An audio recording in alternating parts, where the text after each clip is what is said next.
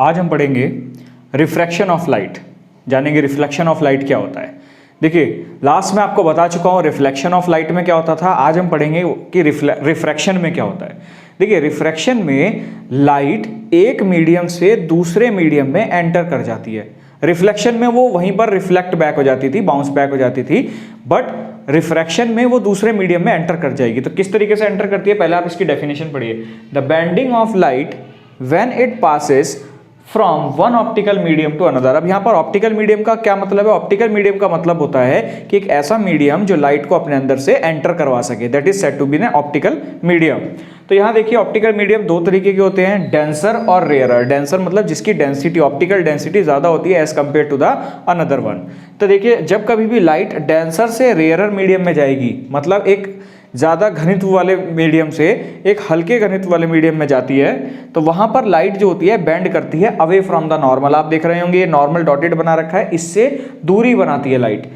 वहीं इसी के अपोजिट चलता है जब लाइट रेयरर से डेंसर जाती है, तो वहाँ पर जब लाइट होती है वो टुवर्ड्स द नॉर्मल बेंड कर जाती है, मतलब एक सीधा पाथ फॉलो नहीं करती है, या तो अवे या तो टुवर्ड्स द नॉर्मल वो बेंड करती है। क्वेश्चन आता है कि ये बेंडिंग क्यों होती है?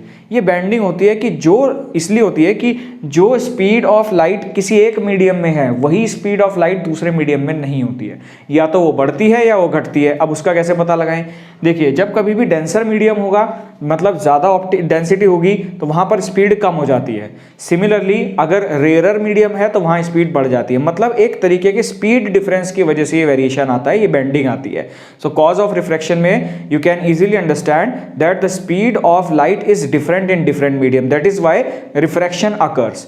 आप जानते हैं कि रिफ्रैक्शन अलग अलग मीडियम्स में किस तरीके से टेक प्लेस करता है, तो उसके लिए मैं आपको एक एग्जांपल दूंगा रिफ्रैक्शन थ्रू ग्लास ब्लॉक का। यहाँ आप लोग देख सकते हैं रिफ्रैक्शन थ्रू ग्लास ब्लॉक। तो ग्लास ब्लॉक में किस तरीके से रिफ्रैक्शन होता है, तो मैंने आपको यहाँ पे एक सामने एक डायग्राम बना रखा है। इस डायग्राम में ये ग्लास ब्लॉक है और यहाँ पर एक ये इंसिडेंट रे आ रही है, क्योंकि ये एयर से जा रही है ग्लास में, मतलब कि रेयरर से जा रही है डेंसर मीडियम में, तो ये टुवर्ड्स द नॉर्मल बेंड करेगी, यहाँ पर एक एंगल बनाएगी R1, ये इस मीडियम में ट्रैवल करेगी। फिर फर्दर जब ये दूसरे वाले फेस पर इंसिडेंट करती है तो अब ये डेंसर से रेयरर मीडियम में आ रही है, इस वजह से अवे फ्रॉम द नॉर्मल जाती है। तो यहाँ पर तीन रेज फॉर्म होती हैं, एक इंसिडेंट रे, एक रिफ्रैक्टेड रे और एक एमर्जेंट रे। लेकिन यहाँ पर आप देखेंगे कि जब हमने इंसिडेंट रे को प्रोड्यूस किया, तो इंसिडेंट रे को प्रोड्यूस करना और एमर्जेंट रे को, तो दोनों को अगर हम देखते हैं तो ये दोनों एक दूसरे के पैरेलल आती हैं। पैरेलल मतलब ये लाइंस कभी मिलेंगी नहीं। अगर ये पैरेलल आती हैं तो ये जो डिस्टेंस रहता है ये कांस्टेंट रहता है, और इसी डिस्टेंस को कहा जाता है लेटरल डिस्प्लेसमेंट। ठीक है, तो ये लेटरल डिस्प्लेसमेंट जो होता है ये ग्लास ब्लॉक में रिफ्रैक्शन के दौरान टेक प्लेस करता है, और ये कुछ फैक्टर्स पर डिपेंड करता है, जैसे कि ये जो ग्लास ब्लॉक है इसका रिफ्रैक्टिव इंडेक्स क्या है, उसके बारे में हम आगे चर्चा करेंगे कि रिफ्रैक्टिव इंडेक्स क्या होता है। एंगल ऑफ इंसिडेंस पर डिपेंड करता है, या काफ़ी थिकनेस पर डिपेंड करता है। काफ़ी फैक्टर्स होते हैं जिसके ऊपर ये जो लेटरल डिस्प्लेसमेंट है ये डिपेंड करता है। आइए जानते हैं what are the laws of refraction. Next आता है लॉज ऑफ रिफ्रैक्शन। तो देखिए दो तरीके के लॉज ऑफ रिफ्रैक्शन होते हैं। पहला the incident ray, the refracted ray and normal all lie on the same plane. ये ऐसा ही है जैसा हमने लॉज ऑफ रिफ्लेक्शन में पढ़ा था, the incident ray, the reflected ray and normal all lie on the same plane. दूसरा वाला जो है ये थोड़ा सा अलग है, द रेशियो ऑफ साइन, ऐसा यानी जो आप ट्रिग्नोमेट्री में पढ़ते हैं, the ratio of sine of angle of incidence to the sine of angle of refraction is a constant. मतलब sine i by sine r एक कांस्टेंट होता है।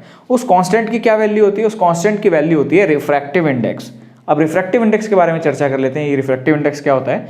See refractive index is the speed of light in air और vacuum, मतलब कि C आप denote करते हैं इसको C से, तो it is the ratio of C divided by the speed of light in any medium means V। तो C by V, this is the refractive index, मतलब कि लाइट की क्या स्पीड है एयर में और लाइट की क्या स्पीड है किसी और मीडियम में, उनका जो रेशियो होता है ये हमें रिफ्रैक्टिव इंडेक्स बताता है। ठीक है, तो ये जो sine i by sine r है ये रिफ्रैक्टिव इंडेक्स के इक्वल होता है। चलते हैं अपने आगे की ओर और समझते हैं कि रिफ्रैक्टिव इंडेक्स के बारे में हम और क्या जान सकते हैं। यहाँ देखिए, यहाँ दो मीडियम मैंने कंसीडर करे हैं। एक मीडियम का रिफ्रैक्टिव इंडेक्स है N1, दूसरे मीडियम का रिफ्रैक्टिव इंडेक्स है N2। तो N1 का फॉर्मूला हो गया C बाय V1, उसके अंदर हम मान के चलते हैं कि जो स्पीड ऑफ लाइट है वो C1 है, V1। इसीलिए सिमिलरली अगर दूसरा मीडियम है रिफ्रैक्टिव इंडेक्स N2 का, तो उसके अंदर मैं मान लेता हूँ कि जो वेलोसिटी ऑफ स्पीड है that is V2। Now if I divide is N1 by N2 तो मुझे मिलेगा V2 बाय V1, मतलब इनवर्स रिलेशन। ठीक है, तो यहाँ पर हम n1/n2 को क्या लिख सकते हैं, speed of light in medium 2 upon speed of light in medium 1। Okay, and इस n1/n2 को हम कई बार ऐसे भी डिनोट कर देते हैं, n12 means refractive index of 1 with respect to 2। It can be refractive index of 1 with respect to refractive index of medium 2। इस तरीके से इसको डिनोट किया जाता है, और ये रिलेशन आता है रिफ्रैक्टिव इंडेक्स और वेलोसिटी के बीच में।